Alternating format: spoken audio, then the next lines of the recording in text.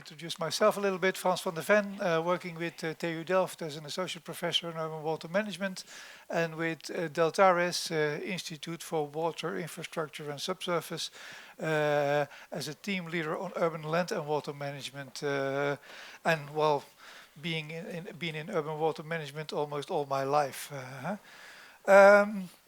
And here, well, we're gonna partially change subject, but I'm going to address it from another side, I think, Wolfgang. Talking about the adaptations to climate change, that's an important driver, of course, but also how can we support decision making and planning in that process. And okay, a lot has been said about drivers, and in view of time, I will walk through that very quickly. But this is what we would like to make. We want to make our cities better livable, huh? A better environment to live, more inclusive, more etc., healthy, blah blah blah. All the keywords are valid there with cost-effective interventions. And the question is, from a civil engineer's perspective, how to create the conditions to achieve this. We are creating conditions for livability. That's what we are after, I think. So it's about the resilience to flooding, climate hazard, and more. It's about the resilience to flooding, but all sorts of flooding, from coastal flooding to groundwater flooding, to flooding by heavy rainfall, etc. Because it's, well, quite destructive. But it's also resilience to drought. And drought is not only a problem of shortage of water or dry gardens. Drought is also a water quality problem, or a land subsidence problem, or all related to the issue of drought, shortage of water. There's the problem of water pollution. Fortunately, not as bad as in these examples everywhere, but there's still also in the Western world an enormous challenge in terms of water pollution. Definitely if it comes to climate change and water pollution. The problem of heat stress. And well, I tell my students these pictures are all illustrating the utmost important message of heat stress. Water is the solution to heat stress. Do you see that? Heat stress is a water manager's problem. Ever realize that, dear civil engineers? And of course, we have to deal with land subsidence. In many places, we are building on soft soil, so that's another issue. We have to deal with existing groundwater pollutions and soil pollutions in the urban environment. Unfortunately, there is a heritage there in the subsurface that we have to deal with. We have to deal with sea level rise, and now the IPCC reports put this higher and higher on the agenda, that it's going to be really problematic for many countries. And of course we have to deal with climate change, temperature change, etc.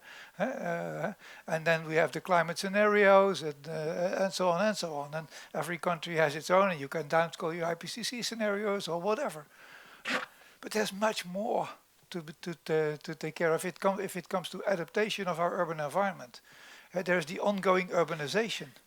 There's the robotization of our society. We're going to have a smart city with smart cars and smart such and smart so.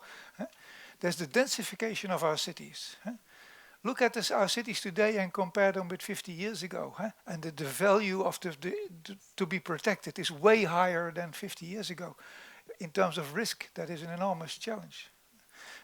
We have an aging population. We have an energy problem to solve, and a mitigation problem. And of course we are short of money, always. So all these things are drivers for us to adapt our urban environment. Drivers in a negative sense, almost. But be aware that if it comes to adaptation, we could also approach it from the positive side. As was emphasized before, we could speak about the opportunities provided by water and try to improve them. There's a wonderful resource in our rainwater, as we have seen and listened to. But water provides space to live on, to live above, to live in, to whatever. We have a lot of floating urbanization developing. Water and recreation is, of course, a wonderful opportunity that we can develop much more on. Water helps to create biodiversity in a lot of ways. Water can be used for food production in the urban environment and beyond, but also in the urban environment. We can use a lot of water for local food production. And water can be used for cooling, as I said. The cooling effect of water is tremendous, and we can deploy on that much better than we do it nowadays. But water can also be used to harvest energy, like here in Lund or Malmö. In fact, this water is our largest solar collector. All solar energy is collected in this water. We just have to take it out. And we have heat. And we can store that heat underground in our aquifer thermal energy systems, so that we can store it over summer and use it over winter. Quite simple, very effective. This is the aquifer thermal energy system of our own building in Delft that you see the performance of. So there's a lot of opportunities related to water as well. And that is where the planning approach comes in, where we have to start thinking about, okay, how to do it. And if we talk about how to do it, it's not only an engineering problem, it's also a design problem. And it's a negotiation or dialogue problem. We have to speak in cooperation with society, what can be done the best way in the best means. And the problem is how to organize this dialogue, this engineering and this design in a coherent way. Well, because we have a multidisciplinary problem at stake at the moment. So all the disciplines are to be around the table.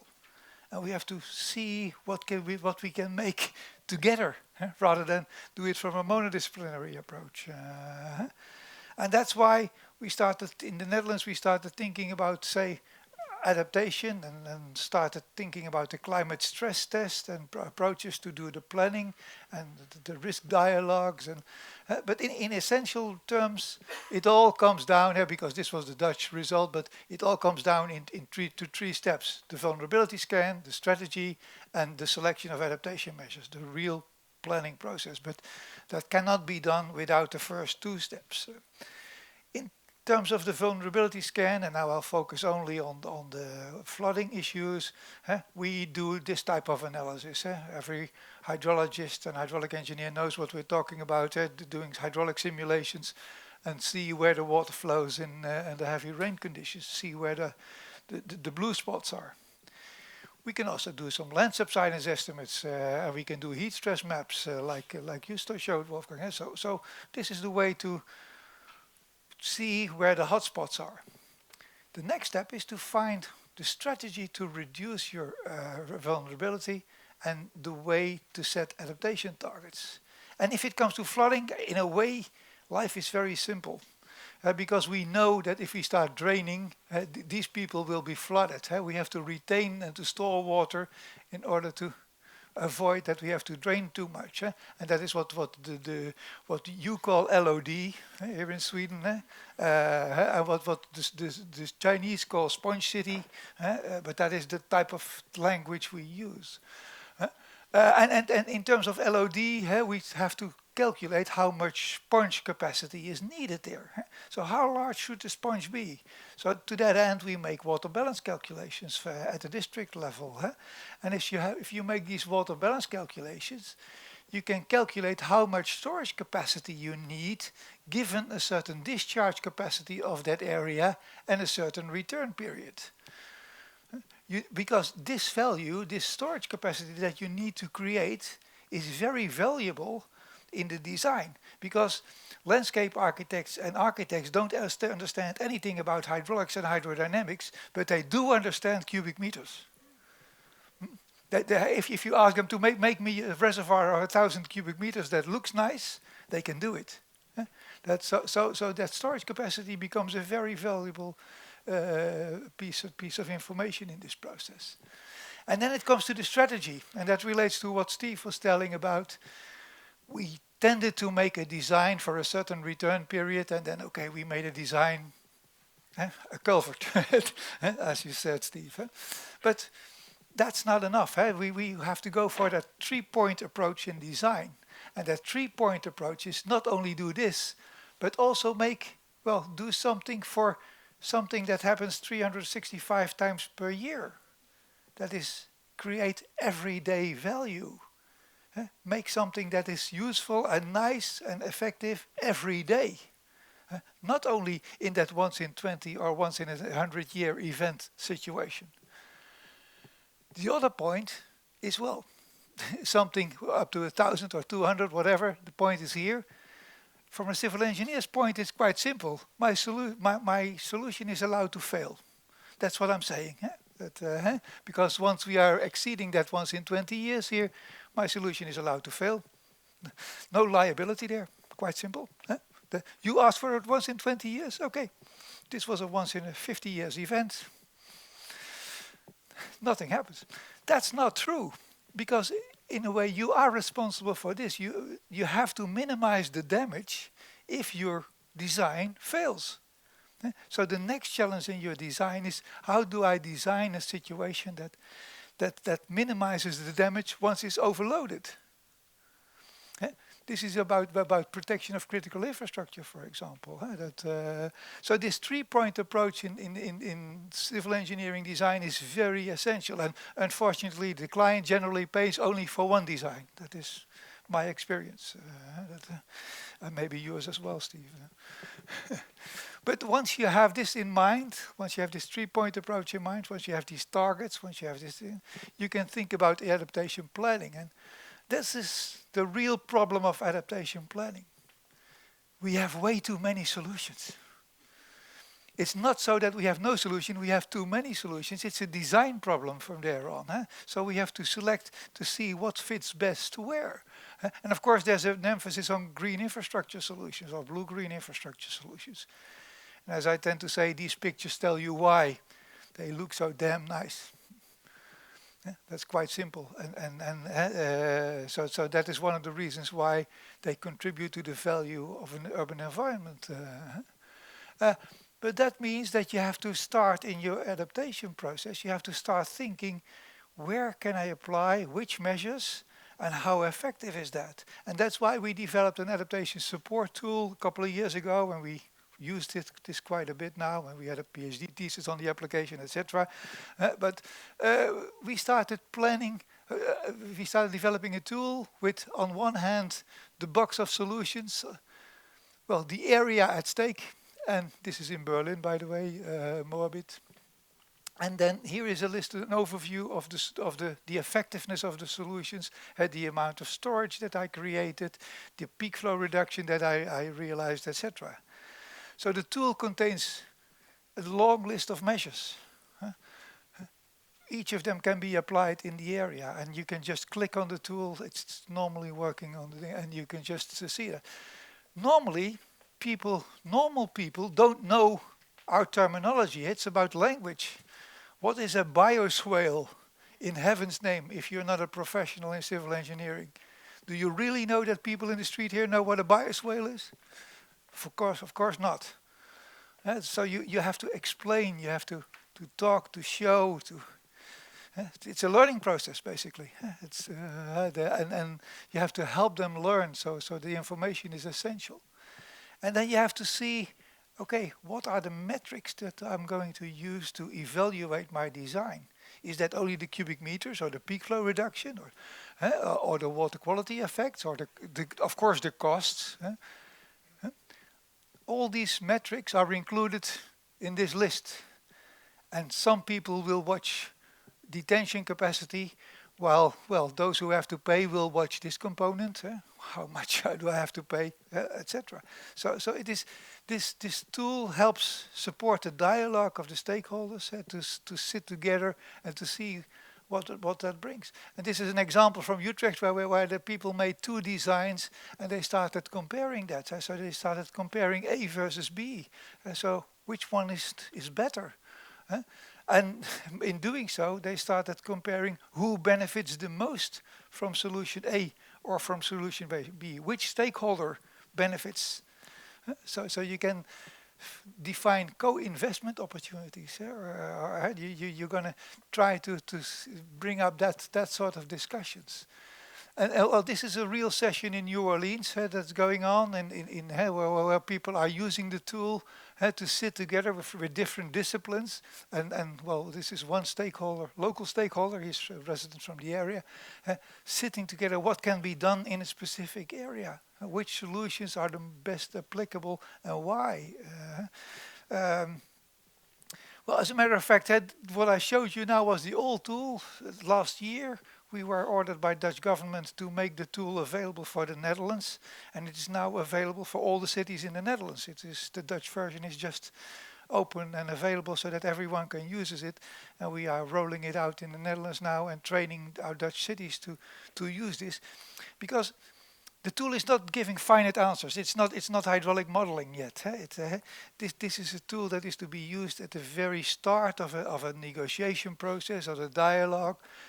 See what can be done where. And from here, the output of this tool is input for the further design. Because from there on, you can do, finally you do your swim modeling and etc. So that's how we are using the tool nowadays as a planning support system in the Netherlands. And this is about my contribution. Thank you.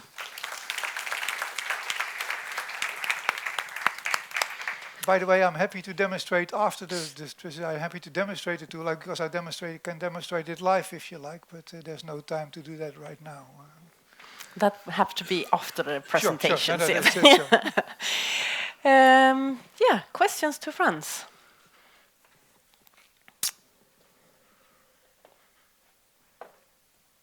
Everything perfectly clear.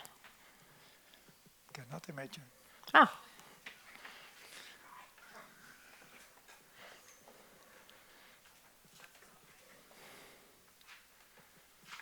Thank you.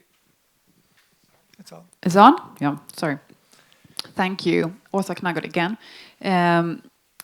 I wanted to ask you if it was possible to sequence measures in the program, to say that we start with this measure, and if we find out in 10 years that it's not enough, we can build on with measure 2. Is that possible? Definitely so, because that is comparing different alternatives. On the other hand, there's an important message that I can bring in addition to this, because when we start these sessions, in general, people start with creating green roofs, because that's what they know. So first, let's cover all the roofs with green roofs, and then they see that they will never make the storage assignment by only building green roofs. So there's a learning process during the session that, well, we'll never make it if we continue using this strategy. So we have to come up with other strategies that create more storage, that are more effective in the solution. So they from in their own dialogue in the group, they find out that, okay, they have to combine that with other solutions, and maybe 1 or 2 larger interventions in the area to start with could be better. And then in addition, you could do measures at the private lot, like green roofs, or so that dialogue comes up automatically during the session, is our experience. Yeah. Steve. Steve Modemeyer from Seattle. Do you look at the energy savings? Because I imagine that sometimes the value of the energy savings, cooling, for example, might outweigh the value dollar-wise of the water. And do you extend beyond just water? The answer is no, but that's to say, this question, energy savings, came up this spring, I think, in a discussion. Could we add that to it? So there was a tiny bit of thinking about it so far, but so far the answer is no. But it could be included. Yeah. Question for you. You talked a lot about livability of our cities. Yeah. So we saw lots of slides on what is happening on a bigger scale, densification, everything. And my question to you is really partly to get back to where Steve started somewhere. We ended up in this situation somewhere with all these problems, right? But what is that you see that is sort of taking us out of there? Are the drivers, apart from negotiation? I mean, I think it was Wolfgang who also said, well, it will take some time really to negotiate ourselves out of this position. Could you elaborate on that? I'm not optimistic about the time, by the way, because I've said it's a learning curve. Because it's all about learning, and learning and real transitions take many, many years. That is, we cannot accelerate that. The real transition will take a generation or two. That is. On the other hand, what we can say is that moving from where we stand now, with the perception and the understanding of the urban system nowadays as compared to 20, 30 years ago, with the increased importance of comprehensive designs. It's not only about mobility, it's not only about water, it's not only the siloed design has brought us to the problems that we have nowadays. Once we start mingling mixing all these different disciplines, that's where part of the solution comes in. That's dialogue. That's a lot of what we in Dutch call poldering. Coming to coming to an agreement takes a long time, but once you have something, well, there's a wide agreement on the fact that this is the way to go for the next 20 or 30 years. And I'm quite convinced that in 30 years' time we will maneuver. Likewise, if I compare today's the urban drainage practice with the urban drainage practice 40 years ago, well, that's a dramatic difference. And okay, we move in a certain direction, and we will continue to move. Don't know precisely where, but green infrastructure will definitely be part of that. I'm starting up a discussion at this very moment with the EU on what we call hybrid solutions. So hybrids between blue, green and grey. Because for some reason, and this was one of my slides, it looks as if we are moving away from grey towards green. It's going to be a combination of all of that. Because we need the technology that is in the grey, we need that definitely to integrate that in our solutions. I would like to make a small remark, because you started your question, does the system fails? This is not entirely true. So this system was actually quite successful. So, and it's not really failing. It's just not really coping very good with these changing conditions and too many people and whatever. And we definitely have to do something. But in principle, this thing is working damn good, and it's not something which we have completely to change. Otherwise, we would do it. The point is just, it's not. There are better systems, and how do we do it? And I think that might be part of the problem, that it's not a failing thing. It's something which could be optimized. Yeah. Thank you. Any more last questions? Or should we? I think we proceed. Okay, thank you very much. Thank you.